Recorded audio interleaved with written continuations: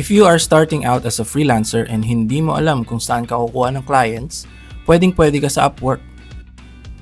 Ang Upwork ay isang freelancing platform kung saan ang isang freelancer ay pwedeng humanap ng clients and vice versa. Marami kang pwedeng makuhang trabaho dito mula sa pagiging virtual assistant, web developer, programmer, accountant, analyst, at marami pang iba. As of June 2023, meron na halos 12 million registered freelancers and almost 5 million clients on Upwork mula sa iba't ibang lugar sa mundo. According sa CEO ng Upwork, almost 10,000 people ang nagtatry mag-sign up sa Upwork and almost 98% doon ay nare-reject or hindi pa na-approve. Kaya sa video na ito, tuturuan ko kayo kung paano mag-sign up at mabilis na ma-approve sa pinakamalaking freelancing platforms out there. So let's go and sign up! So punta lang tayo sa upwork.com, sa homepage ng Upwork. And then we're going to go to sign up. Pagkatapos piliin mo lang ang freelancer, I'm a freelancer. Lagyan mo lang ng complete details ang mga nakikita mong fields. Make sure na tama at totoo ang ilalagay mo. And then check mo lang yung yes, I understand and agree. Make sure na basahin mo yung terms of service and user agreement and privacy policy. Or tulad ng karamihan, lagpasan mo lang at huwag pakialaman. Kapal ng mukha mo! Pagkatapos nun, magsisend sa email mo ng verification. Buksan mo lang yung email inbox or email address mo na nilagay doon sa sign up. Kung wala ka nakita, baka nasa spam folder. Check mo lang yung message and then verify email. Now, ito yung crucial or kailangan mong bigyan ng pansin talaga. Bahala ka sa buhay mo! Kailangan mo sagutin yung ilang questions na ibibigay sa'yo ni Upwork. Dito magbabase ang verification nila and yung bilis ng pag-approve ng account mo. Get started. So kung bago ka lang, I am brand new to this. Next. What's your biggest goal for freelancing? Hindi naman mahalaga kung ano ang pipiliin mo. Kasi magiging basihan lang to ng Upwork sa kung sino or ano-anong mga uri ng tao ang nag-sign up sa kanilang freelancing platform. For now, magpakatotoo tayo to make money on the side. Galing yan! Next, check mo lang lahat to. How would you like to tell us about yourself? So, dito sa susunod, kung meron kang LinkedIn profile and meron na siyang information, pwede mo siyang i-import galing sa LinkedIn. Pwede ka rin mag-upload ng resume. Make sure na may mga title or headers yung resume mo kasi doon niya kukunin yung information. Or kung nagsisimula ka lang talaga at wala ka nitong dalawa, fill out manually na lang.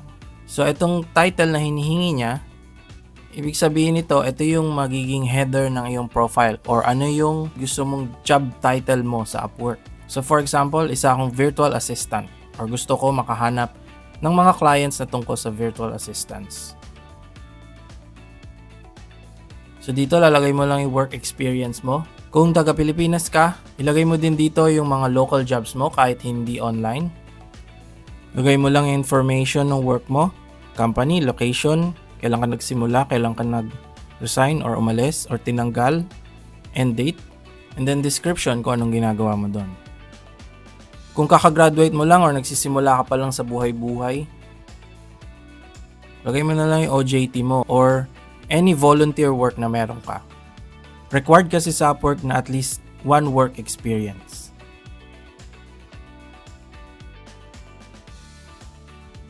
Next, lagay mo yung education history mo. Kung ano tinapos mo bukod sa almusal. Ginusto mo yan eh. Anong course, anong school, kailan ka graduate, and other details. Kung graduate ka ng college, magandang college na lang ang ilagay mo, wag na ang high school at elementary. Kung di ka nakapagtapos ng college or any kind of education, skip mo lang tong step na to. Next, sasabihin mo lang yung proficiency mo sa English.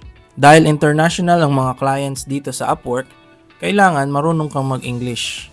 Maganda maging honest dito sa proficiency level, lalo na kung basic English lang ang alam mo. Kasi merong mga clients na naghahanap talaga ng fluent in English para madali ang communication. Pero don't worry, meron ding mga naghahanap ng hindi naman ganun kagaling sa English. Ang mahalaga sa kanila ay skills and talent. Kasi pag natanggap ko sa trabaho na kailangan nila ay magaling mag-English and then hindi ka magaling mag-English, masasayang lang oras nyo parehas ng client at hindi kayo magtutugma. Hindi kayo meant to be. And then lagay mo lang dito kung meron ka pang ibang language na alam, or Filipino or Bisaya, lagay mo. Kung marunong ka mag-French, mag-Greek. Para kung merong client na naghahanap ng freelancer na marunong ng isang language, pasok ka. Dito naman, ilalagay mo yung mga skills mo. Lalabas to sa profile mo. And ito rin ang magiging basehan ng Upwork kung anong mga jobs ang isasuggest sa'yo. Next, kailangan mong gumawa ng bio. Ito yung parang short summary or simula ng portfolio mo. Isa to sa mga unang nakikita ng clients kaya make sure na maganda ito at eye-catching. Magandang gawin mo ito sa sarili mong salita or kung nahihirapan kang mag-English, punta ka lang kay ChatGPT. Lagay mo lang write a bio for my Upwork profile. Yung i-generate ni ChatGPT, copy-paste mo lang and then make sure na i-edit ito mabuti kasi minsan baka hindi pala tutugma sa gusto mong sabihin.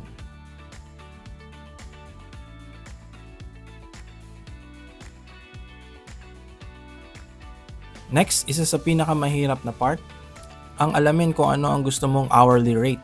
Ang suggestion ko dito ay tumingin ka sa ibang Upwork profiles na katulad ng trabaho mo and then tignan mo ang kanilang pricing. Magtanong-tanong ka din sa mga kakilala mo kung meron. Mag-research ka rin para malaman mo yung pricing. Lalo kung nagsisimula ka pa lang, baka masyadong mataas ang ilagay mo at mahirapan kang kumuha ng clients. Kapag naman masyadong mababa, baka naman lugi ka. Next, mag-upload tayo ng picture. Make sure na mukha mo talaga ito. Make sure na ikaw talaga to at hindi ka poser. Kasi malalaman din to lalo na kapag in-interview ka na. Make sure na professional yung picture. Kita talaga yung mukha mo at walang unnecessary things sa picture tulad ng mga pets mo or pangit na background. Smile ka rin ng konti. Malay mo, lucky charm yan. Pati naman itsura nito. Next, kailangan mo na ilagay yung personal details mo. Make sure na totoo to.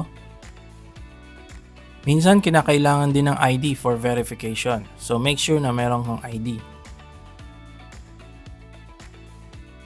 And then, you can submit your profile. Kapag inapiran ka na ni Upwork, congrats sa'yo. Meron ka ng Upwork profile. Congratulations! Congratulations! Congratulations! Congratulations! Congratulations! Mahalaga na i-complete mo yung profile mo para alam ng mga clients na totoo kang tao at hindi ka biro. Alam ng mga clients na totoong tao ka at magaling ka. Para alam ng mga clients na totoo ka and alam nila kung ano yung mga skills and background mo. Yun lang, pwede ka na mag-start mag-apply sa iba't ibang trabaho or maghanap ng mga gusto mong trabaho. Make sure to subscribe and I'll be making an Upwork crash course soon. Yun lang, bye!